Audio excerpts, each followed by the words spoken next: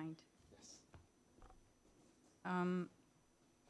I always read my poetry in English, although I will read one in Croatian, just for the sound and fun of it. Okay.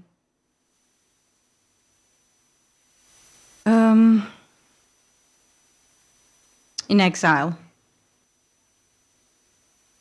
I've lost some pennies in the snow 20 years ago, a couple of coins, and I'm recollecting them now. But the cashier gives me a blank look. I can't pay, I don't have enough. My memories here are worthless.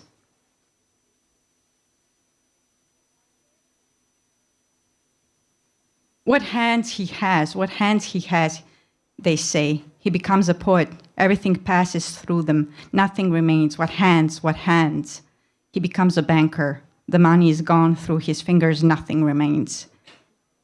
He returns to poetry, to hear again what hands he has. My God, how skilled he is with his hands. Blunt knives. While you're cleaning mussels in the kitchen with a blunt knife, in the room next door, your computer restores to factory settings. Hard disk, hard shells, your life isn't too difficult. But if you were to exhibit it in a museum or a gallery, people would be confused, standing in front of it, asking in amazement, what is it? What are they looking for? From the distance, they wouldn't see the bigger picture. Up close, they wouldn't see the important details. The human view is unreliable, dull. It only scrapes the surface. A naked woman. I'm looking for a woman, a naked woman. A woman has to be naked. No, it's not that woman. It's not the same. Photos of naked women will not help. This woman I'm looking for seems pretty bare, even when she's not naked. She looks like she is. And even when she's not naked, nudity is the first thing you think about when you see her. I don't know the best way to describe her. She likes sharp objects, and she's happy experimenting with language. Give her a pencil and watch how the pencil disappears, how it shrinks. I'm looking for a woman who doesn't have to be naked to bear it all, and a woman who doesn't have to bear it all to be naked. I'm looking for a woman, a naked woman. I'm looking for a naked woman to talk to.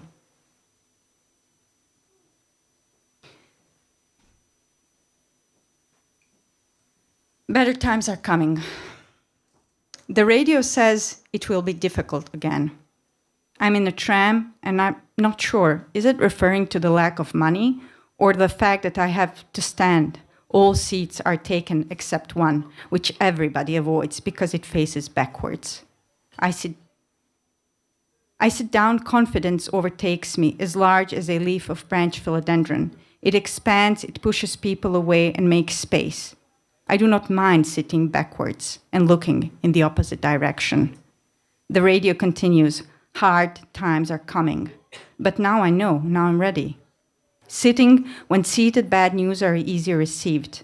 But as I'm sitting backwards, I think backwards, I hear backwards. Good times are coming. I knew it will be difficult again. But I always have it difficult, and I don't know why anymore. I hear rustling of leaves, palm trees maybe. I turn around, some passenger has a verdure confidence, motionless, but splendid, same as I. Poetry. What can you tell us about poetry? I've been there only once. They have good hotels. 3 or 4 stars, each one of them, but the language I just couldn't understand. And I had a hard time getting by. The truth is, when one drinks a little, one starts to speak using one's hands and feet. I even waved my head. I kept saying, yes, yes. I don't know why I agreed with everything they said in poetry. I think it's because of the hotels. The hotels there are really good. How the revolution failed. Mom's friend Tija dreamt about me once. She told me, Asja, you were carrying a flag and people were following you. But I I didn't ask her, but I'm sure I led the people a long way around. Okay, this one I'll read in Croatian. Za dobru poeziju.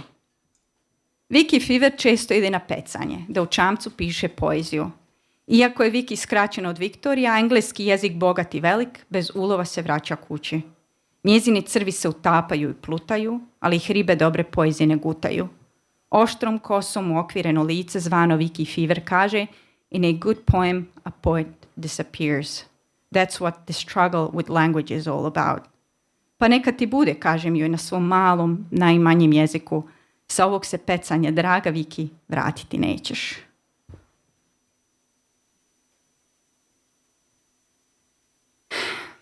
This is, I read this so many times.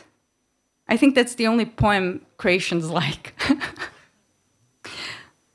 People love plot twists full of blood and sex. Action films, I mean, full of tits and asses. They like when someone hits someone and so fucks them and such. I don't want to be vulgar now. People love it. But you would never guess that, because when you ring at their door, you hear a bell that sounds just like birds chirping. Social realism. I'm grating raw cabbage and washing it in the bathtub all day long, setting the table for a family dinner. We'll talk about socialism. Grandpa is there and I say, I was the happiest during socialism. I check to see if there's enough cabbage for all. I placed plates for my grandma and my aunt, but only Grandpa and I comment the newspaper article attached to the laundry rope. The milky white ant rapidly passes across the table. I barely see it. It's still too small to be read. How is the cabbage, I ask, and nobody responds. The dead talk only about important thing.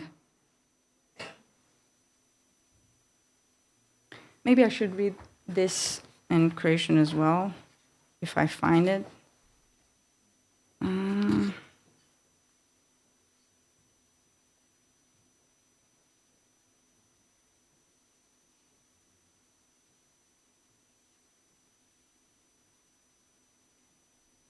Vješanje bake Minke. Da odmah razjasnimo, baka Minka se nikad nije objesila. Odlazila bi poslije partije karata po svoj karirani kajš da se objesi u vodokotlić u WC-u. Dida Avdo bi ustajao polagano i smireno pozivao baku Minku da izađe. I ne čekajući vraćao se za sto i uzimao špil, znajući da je baki Minki draže kartanje nego vješanje. Okay. Do I even have to read this? Okay. This is like a Facebook post. Okay, when I published this book, there wasn't no Facebook, so I didn't use it back then. Others put out cigarettes on their bodies when they want to punish themselves. I go outside amongst people to converse a little. Black soil remembers, but people do too. Soon, the last farmer in my family will die. Fields of corn and leaves of green lettuce will wave at him while he disappears. Potatoes will hide themselves deeper in the ground out of sadness. Beans will weigh down in their beds next to equally sad onions and delicious but in human death helpless watermelons. Fruits will mourn, but people won't. He was a shitty person. That's why his vegetables thrived.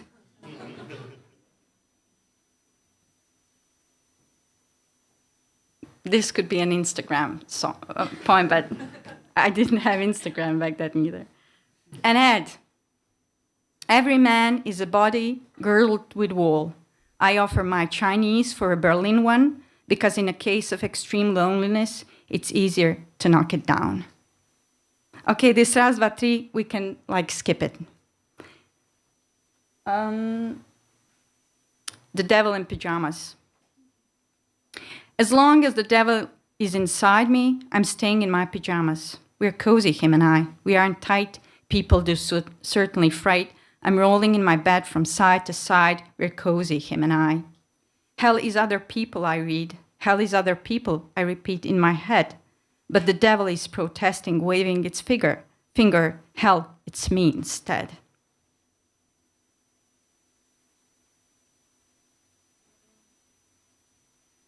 I stole again.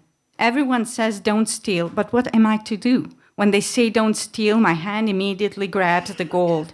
As soon as they say don't steal, my hand's a fork and it steadily stabs other people's wealth. It twists money as spaghetti, opens safes as pâtés, and collects loose change on the floor. And while I'm jumping with joy, I hassle, I curse, and I spit, and other robbers die of guilt because no one's hands are more innocent than mine.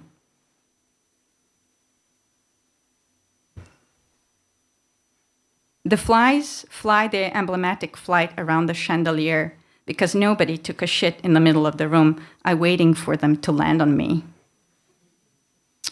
Isn't it wonderful? Such a true sentiment. Okay, we can skip this one as well, please. This as well. That's something I read to kids only. Okay.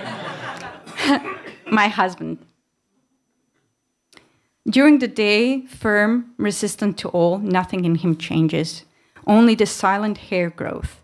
I always find him in the same position, at the desk with a variety of books in his hands. In front of the computer, he's reading something, that much I know. Motionless, during the day, he's a cold and unswerving granite. At night, he becomes someone else. Everything gets on his nerves. Even the silence leaves him without peace. Everything bothers him. He minds the electricity in the power plug. He minds the old dirty rug. He minds the quiet creaking of the parquet. He minds the unstable market. Milky Way gags him like a white, silky scarf. He hears the spider waving its web. He hears the ring of Saturn tightening. He hears the quiet buzzing of flies. During the day, without ears and eyes. At night, my husband hears and sees everything. I think that's the last one. Thank you.